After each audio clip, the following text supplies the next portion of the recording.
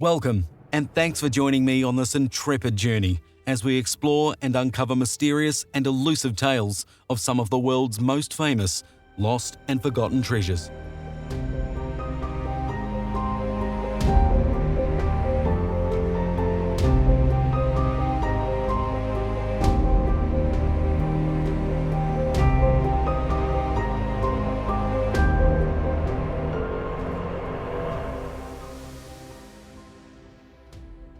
There's something about treasure and the act of seeking it that has intrigued humanity since time began.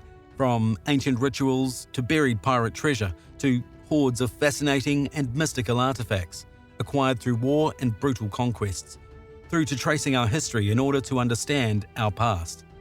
I have long been fascinated by treasure and the journeys in which humanity has long embarked on in order to acquire it. The search for historical clues, precious materials, and immense knowledge. But for me, it's more about the immersive stories than the riches and power sought out by the explorers who seek such treasures.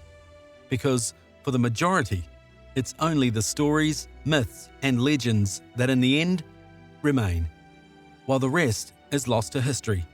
And in some way, it's fascinating in itself, as it opens the doors for further stories to be retold. So you see, the real treasures are the stories themselves. In this episode, we'll be setting sail across the high seas, or in this case, shallow ones, as we go in search for clues that surround the disaster of one of the richest fleets to ever grace the waters of the Old World. A story of which the treasures that filled the cargo holds of the fleet's galleons has for centuries long been on the radars of searchers, treasure hunters, and enthusiasts alike. And with that said, let's embark on this cryptic and elusive story together. The 1715 Spanish treasure fleet.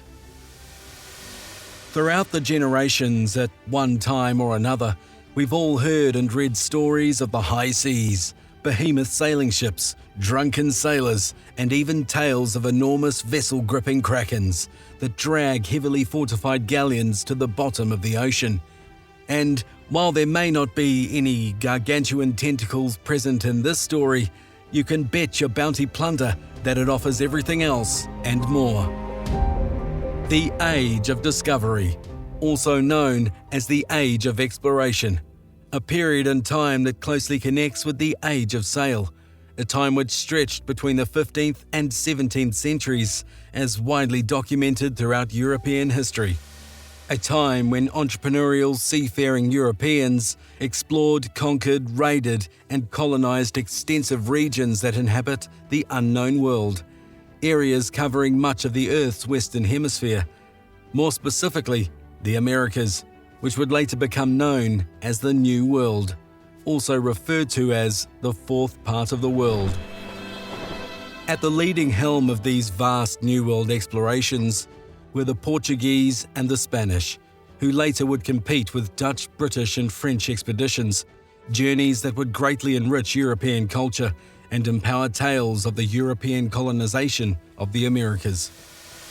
The colonizations an early-day feature that took stage during the Age of Discovery, upon Spain embarking on its transatlantic voyages, captained by none other than Christopher Columbus, who sailed between 1492 and 1504, marking the beginning of the Americas' colonizations, taking place even before the Spanish Magellan expedition, which saw the first major accomplishment of seamanship, crediting the Spanish with the first circumnavigation of the globe, achieved between 1519 and 1522, of which laid significant foundations for European understanding of the greater world.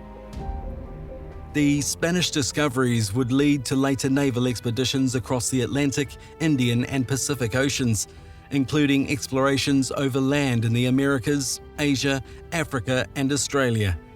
Expeditions which would continue into the late 19th century, and even later into the 20th century with expeditions that covered the polar regions. Expeditions of which would ultimately stimulate the increase of international trade between the Eastern and Western hemispheres, and later lead to the establishment of the European colonial empires.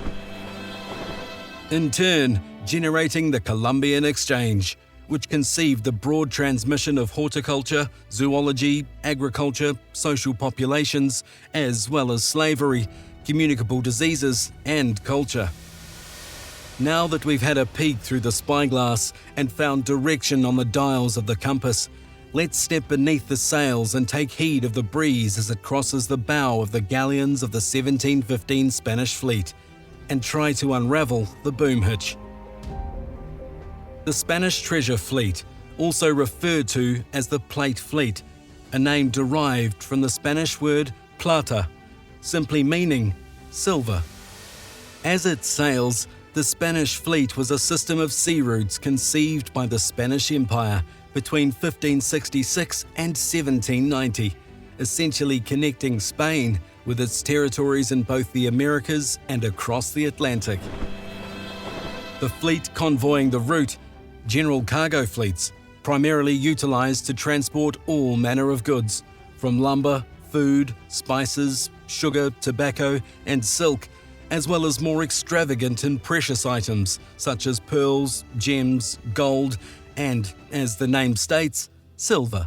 Exotic goods originating from the overseas territories of the Spanish Empire, now preparing to be transferred back to the Old World, the Spanish mainland. Now, the 1715 Spanish fleet was actually made up of two treasure fleets, of which you might be able to recall if you are familiar with video games, with the fleet being used as a backdrop in Assassin's Creed 4 Black Flag. Also, one of the fleet's vessels and its treasure depicted in the 2008 movie Fool's Gold. The fleets, consisting of the Nueva España fleet, captained by General Ubila, and the Tierra Firma fleet, captained by Don Antonio de Echeverres. The fleet of 12 vessels are said to have departed from Havana, Cuba on the 24th of July 1715, heavily laden with precious cargo on their return to the Old World. Ubila, who was at the helm of the Capitana, which was carrying 13,000 chests, containing 3 million in silver coins and silver bullion, as well as silver and gold bars, also jewelry, emeralds, pearls, and Kangxi Chinese export porcelain. The Almiranta, carrying nearly 1,000 chests of silver coins, each chest storing around 3,000 coins. The Refuerzo had on board 81 chests of silver coins and approximately 50 chests of worked silver, just to name a few of the fleet's vessels. The entire fleet's treasure was estimated to have been transporting 15 million silver Spanish dollars, or piastres, also known as the piece of 8, a silver coin approximately 38 millimeters in diameter, worth 8 Spanish reals. One might say, a seriously fruitful bounty. Now, despite the delays the treasure fleet suffered whilst sitting idle for almost 2 years in Cuba, pressure mounted for the fleet to set sail, with the Spanish crown and merchants unable to take their exotic goods to the European market, now in dire need of finances, made the decision to dispatch the fleet and set them on their perilous journey. And despite the Spanish having additional concerns about the 12th ship in the fleet, a French warship, Le Griffon, captained by Antoine Dier, who was forced to sail alongside the fleet of Spaniards, and, despite their distrust of the French vessel and its crew, concerned that word of the fleet's departure would leak out, as a result compromising the fleet's safety on top of the dangers already ahead. Forward to the initially calm morning of July 24, after the fleet sailing off from the harbour in Havana in search of the Florida current, followed along the east coast of Florida, staying just out of reach of the treacherous shoals and reef formations, to capitalize on the Gulf Stream, where the first 5 days of the journey were surprisingly uneventful, with good weather and calm seas, giving way to the fleet having high hopes of a safe return to the Spanish mainland. However, on Wednesday the 31st of July, sometime between 2 and 4 a.m, the fleet's worst fears and fate were realized, as the fleet sailed directly into the path of a raging tropical storm, a killer hurricane. The aftermath of the turmoil and raging seas, ultimately destroying and sinking 11 of the 12 vessels of the 1715 Spanish treasure fleet, taking with them their precious cargo of exotic goods and valuables to the bottom. Only one ship escaping the horrific ordeal. The French warship Le Griffon, with its captain and crew, who, initially unfamiliar with the Florida coastline, deciding not to trust the route the Spanish had elected, chose to stay further out at sea, evading the dangers of the shallow waters, which dragged the Spanish treasure fleet to the sea floor. Le Griffon, as a result of their cautious approach, managed to avoid the chaos and was able to safely return to Europe, which some might say is incredibly ironic. According to Cuban records, approximately 1,500 sailors lost their lives on the treacherous return journey, along with much of the treasure of which fell victim to the waters of the Florida coast, leaving behind only a handful of survivors.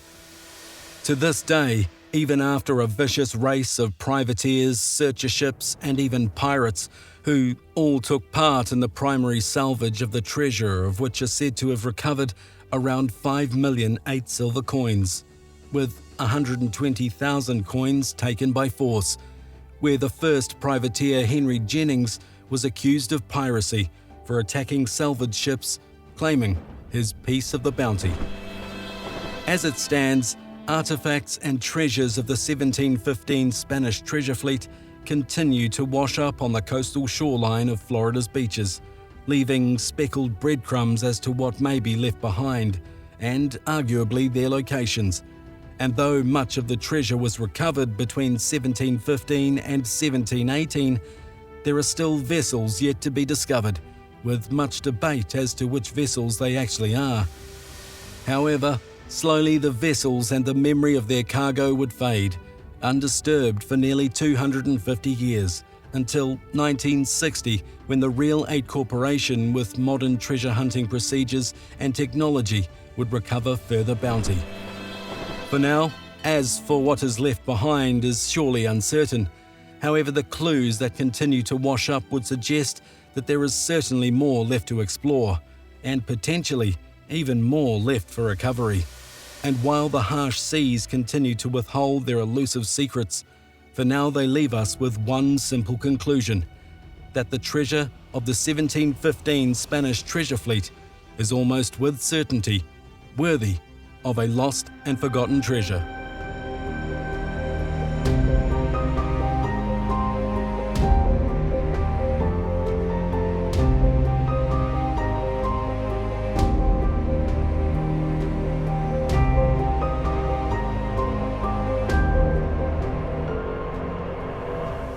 Well, as it lies, this has been a sharply brief and sea-swallowing story of the lost and forgotten 1715 Spanish treasure fleet.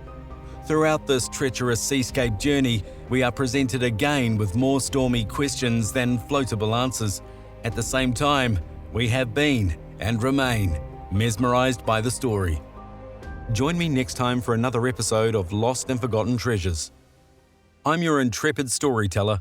Lost and Forgotten Treasures is an audiocast written and produced by me, Roger Adams, with the help, of course, from the internet, whose archives from multiple contributors have allowed me to research, interpret, and retell these stories. I hope you've enjoyed traveling with me through time, and whether you found some answers, liberated your ears, or merely just found this story intriguing, I hope you'll join me on the next. For now, keep searching for your treasure, whatever it may be. Until next time.